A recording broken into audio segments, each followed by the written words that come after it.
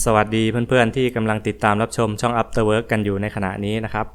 สำหรับวันนี้ผมก็กำลังจะปลูกฝรั่งหงเป่าสือซึ่งฝรั่งหงเป่าสือต้นนี้ผมก็ได้มาตอนที่สั่งกิ่งพันธุ์ฝรั่งกิมจูมานะครับสำหรับต้นนี้ผมก็คิดว่าจะปลูกเอาไว้กินเองนะครับเพื่อนๆผมก็ได้ชำใส่ถุงดำเอาไว้ตั้งแต่เดือนมกราคม2564นะครับสำหรับตอนนี้ก็เป็นเดือนมิถุนายน2564แล้วนะครับชำมาแล้วก็น่าจะ6เดือนแล้วนะครับสำหรับการเด็ดยอดเพื่อสร้างกิ่งนะครับผมก็ทำแบบเดียวกันกับวิธีการเด็ดยอดฝรั่งกิมจูเลยนะครับเพื่อนๆสำหรับเพื่อนๆคนไหนที่เคยดูคลิปการเด็ดยอดฝรั่งกิมจูของผมก็น่าจะเข้าใจนะครับทีนี้ก็มาดูวิธีการเตรียมดินนะครับเพื่อนๆจะเห็นว่าผมไม่ได้ขุดหลุมลงไปแต่ผมจะเอาดินมากองไว้แล้วก็เกี่ยตรงกลางให้เสมอกับพื้นที่รอบๆแทนนะครับเหตุผลที่ทำแบบนี้นะครับก็เพราะว่าตรงนี้เป็นดินถมใหม่นะครับเป็นดินที่ขุดมาจากก้นบ่อก็จะมีสภาพเป็นดินเหนียวนะครับไม่มีธาตุอาหารก็เลยต้องทำแบบนี้เพื่อแก้ปัญหานะครับเพื่อนๆเมื่อเตรียมหลุมเสร็จแล้วนะครับผมก็นำปุ๋ยอินทรีย์ที่ได้เตรียมไว้มาโรยลงไปในบริเวณก้นหลุมนะครับหลังจากนั้นก็ทำการคลุกเคล้าให้เข้ากันกับดินแบบนี้นะครับ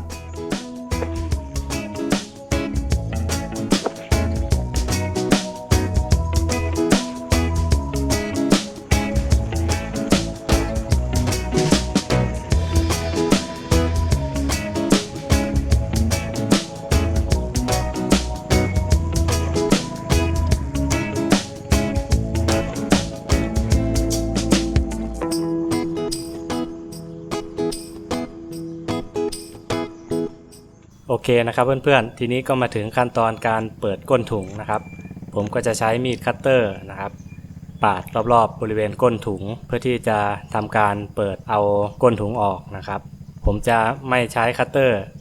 เปิดถุงโดยผ่าถุงเลยทีเดียวนะครับเพราะว่ากลัวว่าดินมันจะแตกนะครับเพื่อนๆเมื่อเราปาดรอบๆเสร็จแล้วนะครับ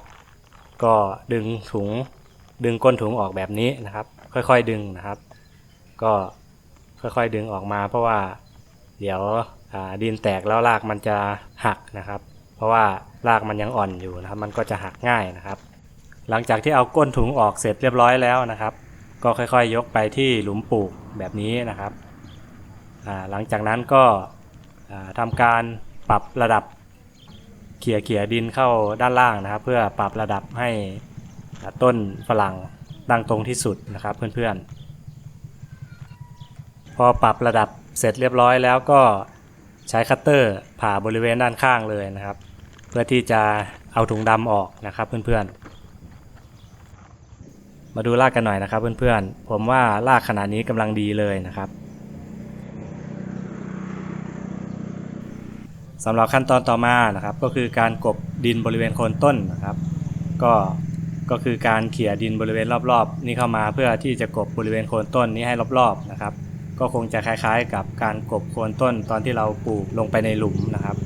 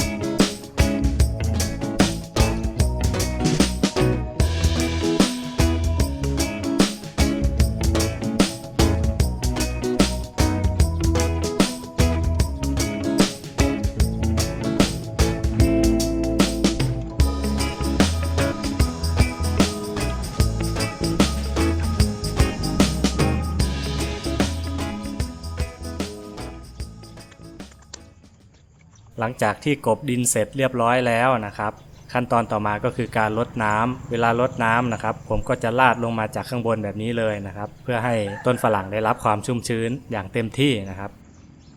ก็ให้พยายามเดินรดน้ำให้รอบๆนะครับเพื่อนๆเพราะว่าดินที่เรากลบไปเมื่อกี้นี้อาจยังมีความชุ่มชื้นไม่เพียงพอนะครับ